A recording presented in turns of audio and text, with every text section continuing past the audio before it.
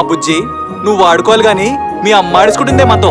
Football station మాస్టారు, ఆ అమ్మాయి కనబడిందా సార్? ఏమయ్యా, ఒక్క హీరోయిన్ పట్టుకోవడానికి నిర్మాతలు 3 చెరువులు నీళ్లు తాగుతున్నారంట. నువ్వు 3 అమ్మాయిని కలిపి చెప్పావు. అంత అందమైన అమ్మాయి ఎక్కడ దొరుకుద్దాయా? ఏంటో సార్, ఈ అమ్మాయిలంతా ఫస్ట్ లవ్ లవ్ అని పార్కులు ఎంత తిరుగుతారు, తర్వాత ఎంజాయ్ ఎంజాయ్ అని హోటల్ ఎంత తిరుగుతారు, తర్వాత కడుపు కడుపు అని హాస్పిటల్ ఎంత తిరుగుతారు, చివరికి కనేసి ఇలా రైల్వే స్టేషన్ ఎంత తిరుగుతారు. సార్, ఆ రోజే బాయ్ ఫ్రెండ్ నుంచి తప్పించుకొని తిరుగుంటే ఈ రోజు మన నుంచి తప్పించుకొని తిరిగే కర్మ ఉండేది కాదు కదండి. ఆహా, యూత్ పురాణం అంతా బాగా చెప్పావయ్యా. Thanks sir. సార్, దానికి కడుపు అని 5 నెలలు తెలిసి ఉంటదండి. అప్పుడు ఆపరేషన్ చేస్తే డాక్టర్ చస్తావని ఉంటాడు, అందుకే చచ్చినట్టు కనేసి ఇలా వదిలేసిందండి. ఆహా, భలే చెప్పావయ్యా. ఈ అమ్మాయి సార్, ఈ అమ్మాయి. నువ్వు పట్టుకోవాల్సిన ఇతని పేక కాదు, నీ కడుపు చేసినోడు పేక. అసలేం మాట్లాడుతున్నారు మీరు? నాకు ఈ పాపకి ఏ సంబంధం లేదు. ఈ పాపకు నీకే సంబంధం లేకపోతే నన్ను చూడగానే దొంగలాగా ఎందుకు పారిపోయావు? అసలు నువ్వు ఇలా దొంగచాటుగా ముసుకేసి కూర్చోవలసిన కర్మ ఏంటి?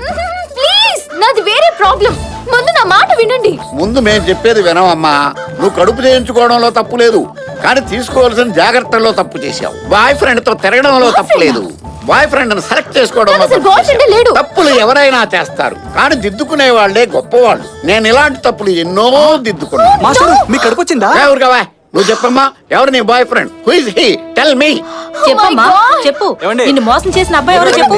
లేడు. మా ప్రయాణాన్ని ఆపితే నేనే హెల్ప్ చేస్తాం. ఓ మై గాడ్, మీ అందరికి పిచ్చి పట్టిందా ఏంటి? మేం బానే ఉన్నాం.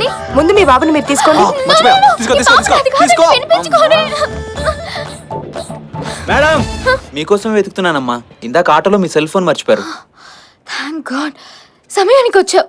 నువ్వు చెప్పవయ్యా, నేను ఈ ఆటో ఎక్కినప్పుడు ఈ పాప నా చేతిలో ఉందా? లేదమ్మా, ఒక బ్యాగ్ ఈ సెల్ ఫోన్ మాత్రమే ఉన్నాయి. ఇదేంటి? ఉంచుకో, నేను నీకు గిఫ్ట్ ఇస్తున్నాను. థ్యాంక్స్ అమ్మా.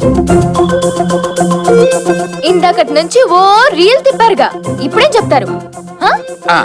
నాకు గూడ్స్ బండి వచ్చే టైం అయింది, జెండా ఓపాలి, వెళతా. నీ సంగతి సారీ, అంటే మీ ఫేస్ చూసినప్పుడు నాకు తెలుసు మీరు అలాంటి వారు కారని. ఏం మనిషివయ్యా, నీ మాటలు నమ్మి మేం కూడా ఈ పిల్లని అనుమానించాం.